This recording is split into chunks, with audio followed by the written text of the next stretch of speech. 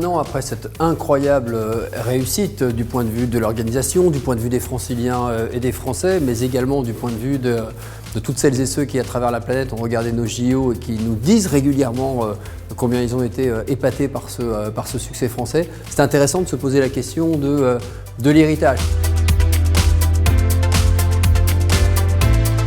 Un bilan exceptionnel par rapport à un projet qui était très ambitieux. Mais ça aurait pu être des jeux réussis avec une prise de risque minimum, et en fait il y a une prise de risque au contraire maximum et une réussite qui est d'autant plus éblouissante.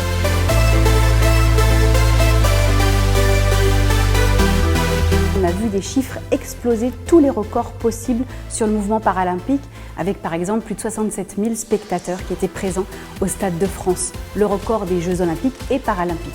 Et puis on a découvert des athlètes. Le bilan des Jeux paralympiques, c'est l'ouverture du regard qu'on a pu avoir sur cette société qui aujourd'hui place l'histoire des athlètes et la capacité pour toute personne qui a un handicap de pouvoir faire du sport. Ces Jeux, c'est l'excellence française au service de l'excellence mondiale, avec un challenge d'infrastructure électrique. Donc il fallait y être et réussir le challenge. Et donc les équipes d'EDF sont très fières d'avoir accompagné Paris 2024 dans l'organisation des Jeux les plus responsables de l'histoire, avec des fournitures d'électricité bas carbone et de solutions bas carbone.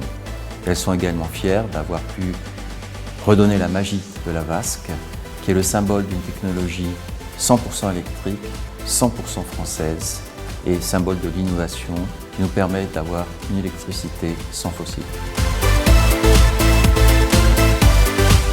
Le bilan des Jeux Olympiques et des Jeux Paralympiques, il est vraiment excellent.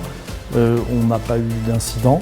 Il y avait évidemment de nombreuses craintes, une cérémonie d'ouverture, 25 sites pour toute la région Île-de-France, des sites qui étaient au sein des villes, et notamment à Paris, avec des sites éphémères, des sites en Seine-Saint-Denis qui étaient très denses, très nombreux.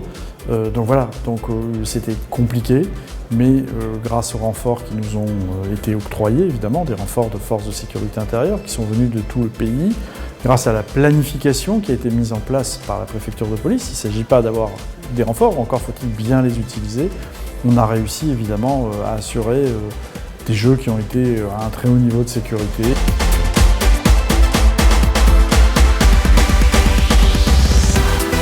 Ça a été un effet d'accélération sur les politiques publiques et c'est vraiment ce qu'on souhaitait, se servir des Jeux comme un accélérateur unique. Et évidemment, je ne peux pas ne pas citer le chiffre de 3, qui sont les 3 baignades en Seine qu'on vient d'ouvrir, qui sont là aussi un des héritages emblématiques des Jeux.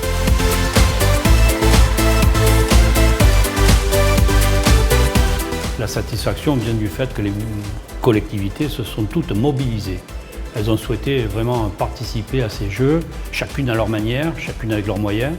Et la métropole du Grand Paris, qui se veut la métropole des maires, a évidemment été le lien, le fil conducteur de cette action avec les communes, mais aussi avec l'État, évidemment, et la région Île-de-France, parce que sans les uns et sans les autres, il ne se serait rien passé.